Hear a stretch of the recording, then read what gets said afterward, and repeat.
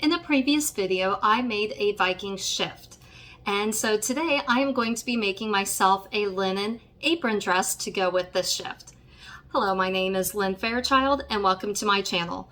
For those who are new to my channel, I love and have done research on anything and everything 16th century related, specifically English with a little bit of Spanish and French mixed in there, mainly because of Henry VIII's first and second wives.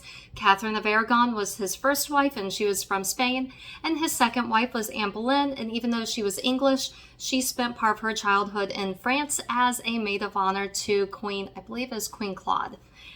But I didn't know much about anything Viking, and then about 3 years ago, it was actually right before the pandemic started, for an arts and sciences challenge, I decided to enter a pentathlon in our regional arts and sciences fair.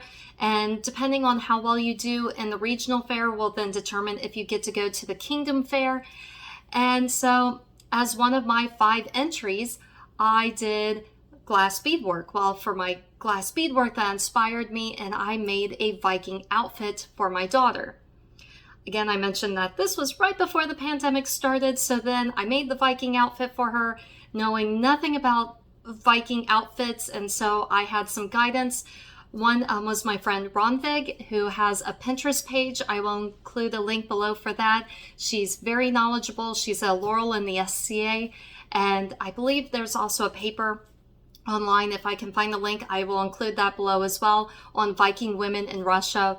But she was very helpful, gave me some guidance, helped me where, for example, when I made my daughter's shift, I made the neckline a little too big because I wanted her to have growing room, but she advised me on how to do a drawstring neckline. And she helped me to find documentation that a drawstring neckline may have been period. With a lot of Viking stuff, some of it is just up to interpretation, just because there are only little bits from grave sites, and so then you're trying to determine, was something sewn together? Was it just gathered?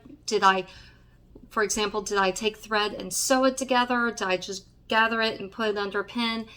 Or just the color of fabrics, because, well, we're talking stuff that existed centuries ago and have disintegrated in the graves, and so there's not much information available. Another website that I would recommend, I believe her name is Hilda, if I mispronounced this, I'm sorry, Thunem, Thunem. I will include a link below for that as well, and I found her information to also be very informative. So for today, I am going to be making myself an apron dress made out of linen. And with the apron dress, I found a couple different patterns online, just depending on how you wanted it cut. Some had 3 panels with gores, others had 4 panels, and then it also depends if you want the gores in between the panels or a gore in the middle at the bottom of a panel. So I've decided to go with the 3 panels with the gores around the bottom of the skirt. So follow along as I make myself my first apron dress. Right now I am starting to pin everything out. I don't have chalk on hand, so I'm using pins to mark out exactly where I want to cut everything eventually. So as you can see, as the pins are being laid out, I am mapping out where the body will be versus where the gores will be cut out. Pretty much every inch of this fabric is going to be used either in the body or the gore of the skirt, or it's also going to be used for the straps. Here's another gore that I am currently pinning. And here's what it looks like with all of the pins in place. Time to cut. I'm currently cutting out one of the gores. Now this is half a gore. I will sew it with the other half gore that is elsewhere on this fabric. Just like this piece here, it is half of one of the body panels, and there is another half of a body panel elsewhere on this fabric, and those two halves will also be sewn together to make one whole panel.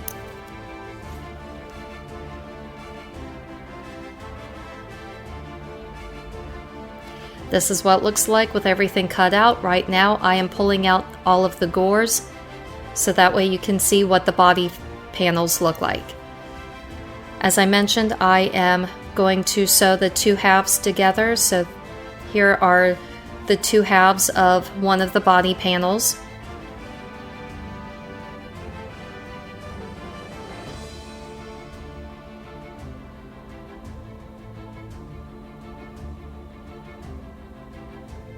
And just pin that together, and then I will sew it together. Here I am attaching a gore to one of the body panels.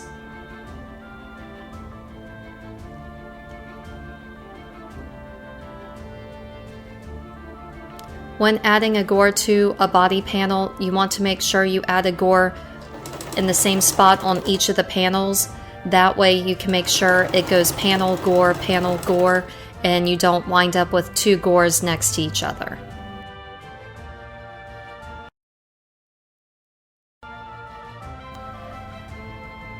Here I have one of the body panels being pinned to another body panel, and as you can see near the top of the video, the gores are sewn onto one gore per panel.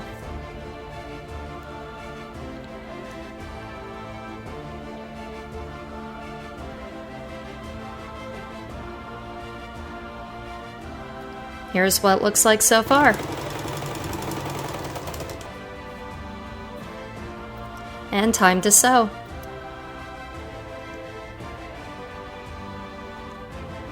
Now that everything is sewn together, I am going to sew the final side seam, attaching the one side to the other side to make this a complete dress.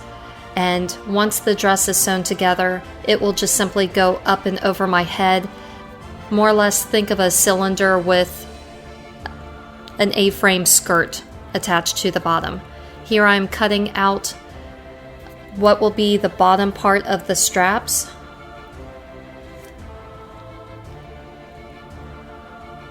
A typical look for the Viking apron dress is to have straps going up and over the shoulders. They can be a solid strap, or with me, I am actually going to make these thin straps so that they double over. I find it will be easier when I attach the brooches on to attach the bottom part to the top part of the strap to already have that loop in place.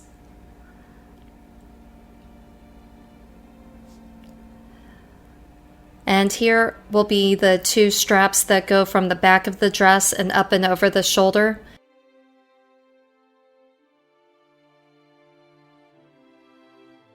As you can see, I am folding the fabric in on the ends and then folding it into itself so that way there is no outside thread or of the fabric showing for the linen fabric to fray. So everything is folded in on itself. And time to sew. Now that I have the whole dress sewn together, I am now going to start doing the hem on the top part of the dress. So I'm folding it over twice and then pinning. And then once I have all of this pinned, I will be hand stitching both the top hem and the bottom hem of the dress. So there is the top done with pinning. Now time to pin the bottom hem.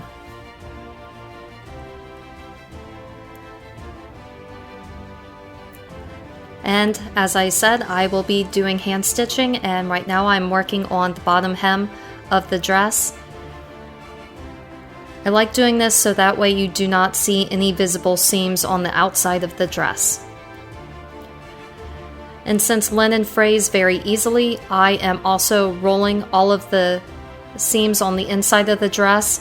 I'm folding it over and then hand stitching the seams in place. That way the linen won't fray when I machine wash this fabric. And here I am hand stitching the straps together.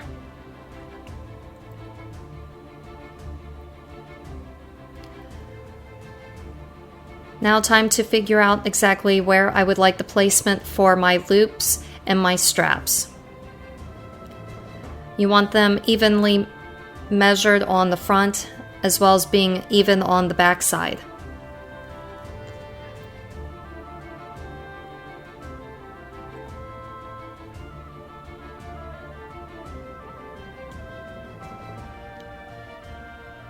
And here is my completed dress. I'm very happy with how it turned out.